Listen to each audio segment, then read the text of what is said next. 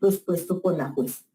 Llama la atención que el 10 de marzo de 2022 el fiscal delegado dentro del recado 52240 solicitó al grupo de acústica forense del CTI determinar la autenticidad del audio y establecer la existencia de posibles ediciones o modificaciones del audio. El objeto no se pide al CTI la realización de una transcripción sobre el contenido de la versión. Tampoco se le pide la depuración técnica de ruidos o sonidos. Son establecer si ese archivo pudo ser modificado o alterado. Entonces, como no se pidió la transcripción, tampoco se estableció ninguna tarea tendiente a establecer si se hallaba el origen de las posibles modificaciones. El informe terminó con una transcripción que realizó el CTI que no resulta adecuada para llevar un conocimiento sobre lo ocurrido en la reunión de 22 de febrero de 2018, porque el objetivo era descalificar la reunión. Ese informe realizó una transcripción que no permite saber qué fue lo que pasó en esa reunión y como lo advirtió el doctor Villalba, ese ejercicio de supuesta escucha crítica no se compagina contra la transliteración realizada por la Corte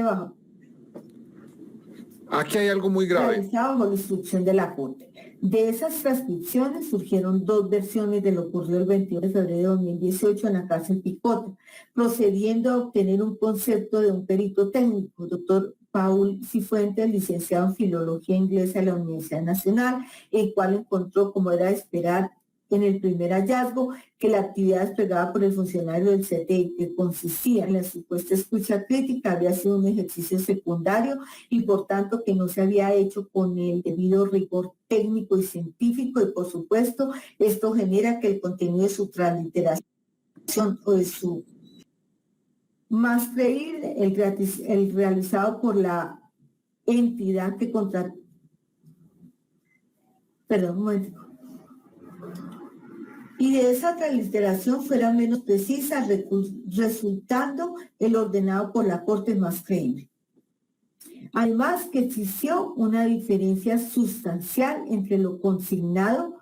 por el informe a la Corte y lo relacionado por el CTI. Dijo el perito que equivale a un 76% de diferencia entre una transcripción y la otra. Por tanto, el perito tomó varios apartes de las transcripciones, haciendo las respectivas comparaciones para luego llegar a observar que mientras la entidad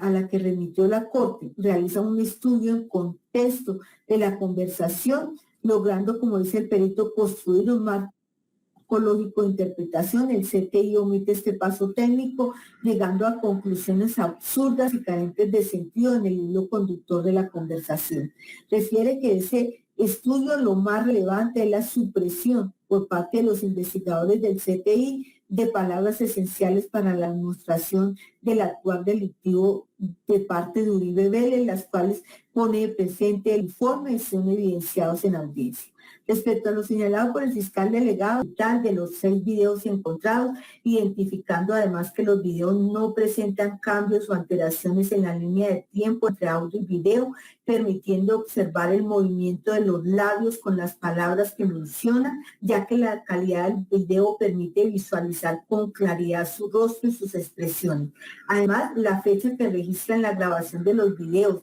y en los metadatos son diferentes a los del día de la grabación, porque el reloj no tuvo ningún tipo de manipulación, ya que al ser un dispositivo análogo, es decir, de manecillas, no se configura la fecha de grabación ni la hora en la cual se dará inicio de la misma, por lo cual quedó configurado a la fecha y hora del fabricante del reloj, solo se encendió y se dio inicio a la grabación. Hasta ahí la cita. Por su parte, el doctor Jorge Perdomo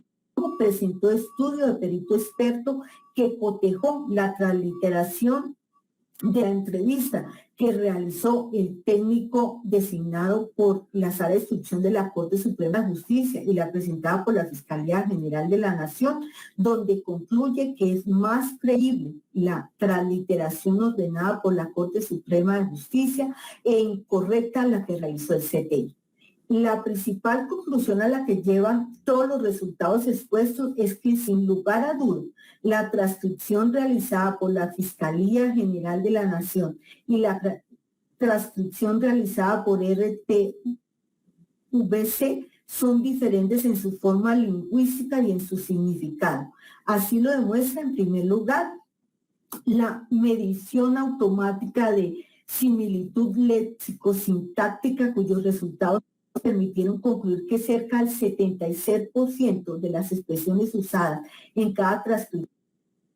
son distintas en su forma lingüística. Si bien existen expresiones distintas en su forma lingüística con significados similares, hay razones para pensar que ese no es el caso de ese 76% de las expresiones. Por un lado, las expresiones sinónimas muy rara vez suenan parecido. Por otro lado, cabe recordar que la tarea que se pusieron los investigadores era la de recuperar las expresiones tal y como fueron pronunciadas en la grabación. En consecuencia, si cada transcripción, registró expresiones distintas con sonidos parecidos, lo más probable es que no compartan significado. Por otro lado, es improbable que pueda tener un sentido relativamente cercano dos textos de aproximadamente 2.300 palabras que difieren aproximadamente 1.500 de ellas. En segundo lugar, la conclusión de que las transcripciones son diferentes en forma lingüística y significado también se apoya en los hallazgos del análisis comparativo fonético. En este se encontró que la baja calidad del audio, a pesar del procesamiento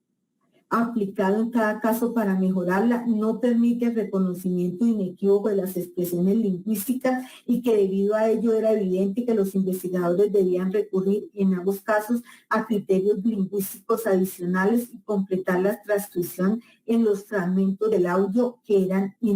ininteligibles. En tercer lugar, la diferencia de significado entre las transcripciones que ya es razonablemente esperar a partir de los resultados de otros procedimientos se confirma en varios fragmentos con el análisis comparativo semántico-pragmático. En este se encontraron y evaluaron 8 fragmentos con varios casos de diferente léxico, sintácticas que conllevan a diferencias de significado. A la vez, estas diferencias de significado producen diferencias en la información que es imposible interpretar o recaudar a partir de cada transcripción. En efecto, en estos casos, cada conjunto de expresiones en las respectivas transcripciones sugiere marcos distintos desde los cuales interpretar o recuperar la información. En particular, cabe destacar que en muchos de esos casos, mientras una transcripción presentaba conjuntos coherentes de expresiones, la otra registraba cadenas de expresiones inconexas gramatical y semánticamente hablando. Esto constituye un impedimento para que cualquier lector pueda encontrar un marco bajo el cual las expresiones sean coherentes temática, lógica o secuencialmente. Lo más recurrente fue que había más conjuntos de expresiones coherentes registradas en la transcripción realizada por RTVC que aquellos que transcribió la Fiscalía General de la Nación. En última, los resultados del análisis comparativo semántico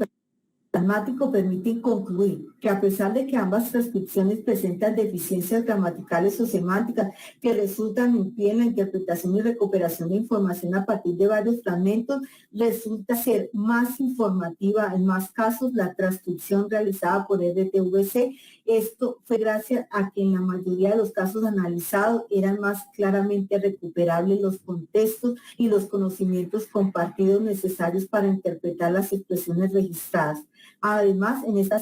transcripción son más recurrentes los conjuntos de expresiones coherentes que contienen pistas gramaticales, semánticas y pragmáticas que indican los marcos desde los cuales se debe interpretar. Hasta ahí la cita. Creando la representación de víctimas en conjunto, una hipótesis diversa a la de la Fiscalía de las calidades personales del testigo Juan Guillermo Monsalve, de la validez de las grabaciones del reloj espía, así como de la mejor evidencia en la transliteración ordenada por la Corte a RTVC, que permiten establecer que Juan Guillermo Monsalve sí puede sustentar con probabilidad de verdad el evento 1 para presentar escrito de acusación. Además, que Deyanira Gómez, es compañera de Juan Guillermo Monsalve, fue la persona que adquirió el reloj espía y se lo entregó al abogado Héctor Romero, quien a su vez fue el encargado de entregárselo a Juan Guillermo Monsalve en La Picota y enseñarle su funcionamiento. También del contacto personal con Juan Guillermo Monsalve puede dar cuenta que no estaba deprimido, que nunca quiso retractarse, que le entregó la misiva dirigida a la Corte y que se reunió con Diego Cadena. Se ha establecido de los elementos materiales